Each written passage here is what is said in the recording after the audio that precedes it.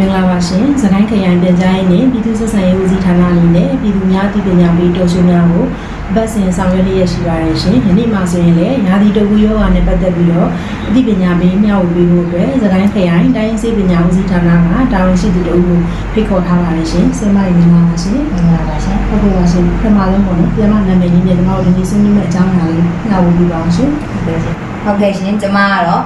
စကိုင်းတိုင်းဒေသကြီးစကိုင်းခရိုင်စကိုင်းမြို့နယ်ရွာတီကြီးတိုင်းရင်းသားလူမျိုးများဖွံ့ဖြိုးရေးတက္ကသိုလ်တိုင်းရင်းစစ်ဌာနမှာမြို့နယ်တိုင်းစီမှုတော်မီစင်ဝင်ဖြစ်ပါတယ်ရှင်ဟုတ်ကဲ့ပါရှင်ပထမဆုံးတစ်ခုအနေနဲ့ပေါ့နော်ဒီရာသီတုပ်ကွေးယောဂဆိုတာဘယ်လိုမျိုးပေါ်တယ်လဲဆိုတာလေးမျှဝေပေးပါအောင်ရှင်ဟုတ်ကဲ့ရာသီတုပ်ကွေးယောဂ seasonal influenza ပေါ့နော်ကျမတို့ကမြန်မာတိုင်းစီပညာအရတုပ်ကွေးယောဂဆိုတာကအာဘောအဘန္ဒနာပတ်ဖွဲ့အားကြီးပြီးတော့မှတေဇောတက်တွေအကျဉ်းကျတဲ့အဖျားမျိုးဖြစ်ပါတယ်ရှင်ရုတ်တရက်ဖြစ်ပေါ်လာတဲ့အဖျားမျိုးဖြစ်ပြီးတော့မှရာသီဥတုအပူပြောင်းနေမှာဖြစ်ပွားတတ်ပါတယ်ချားလို့ရှိရင်တကူလုံးကြိုက်ခဲနာခြင်းပြီးတော့မှပဇွန်တုပ်ကွေးတယ်လို့ကွေးနေတဲ့အတွက်ကြောင့်မို့လို့သူ့ကိုတုပ်ကွေးဆိုလို့လည်းခေါ်ဆိုကြောင်းကိုသိရှိရပါတယ်ရှင်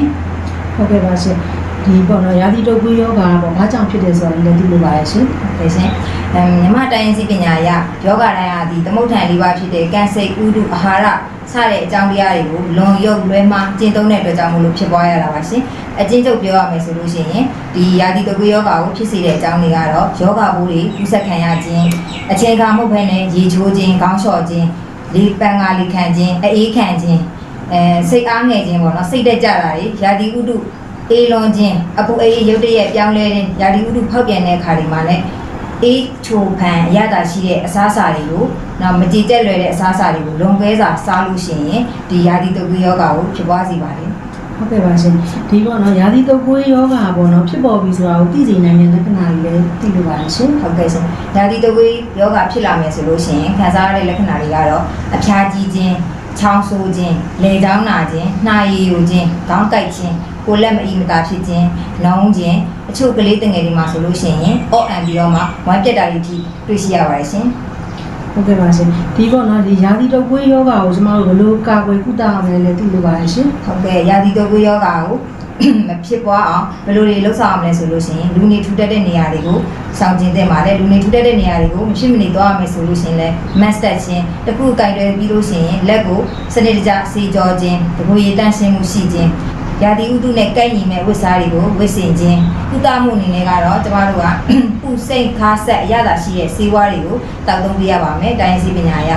ရာသီတုပ်ကွေးယောဂါကိုဘယ်လိုတက်စာတွေပေးကြရမလဲဆိုလို့ရှိရင်ဒီပူစိတ်ခါဆက်အရသာရှိတဲ့ဓာတ်တလုံးရွက်ကွန်းပုံရှိရဲယူခြင်းစတဲ့အစိပစ္စည်းတွေပါဝင်တဲ့ဆေးဝါးတွေနဲ့ဟာရတက်စာတွေကိုစားသုံးပေးရပါမယ်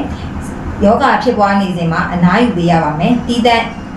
ညတွေနဲ့မထိတွေ့အောင်ခွဲပြီးတော့မှနေပြရမယ်အေးရွာအောင်အေးရမယ်ရေများများတောက်ပြရမယ်ရေတက်ဖြည့်ပြရပါမယ်ရှင်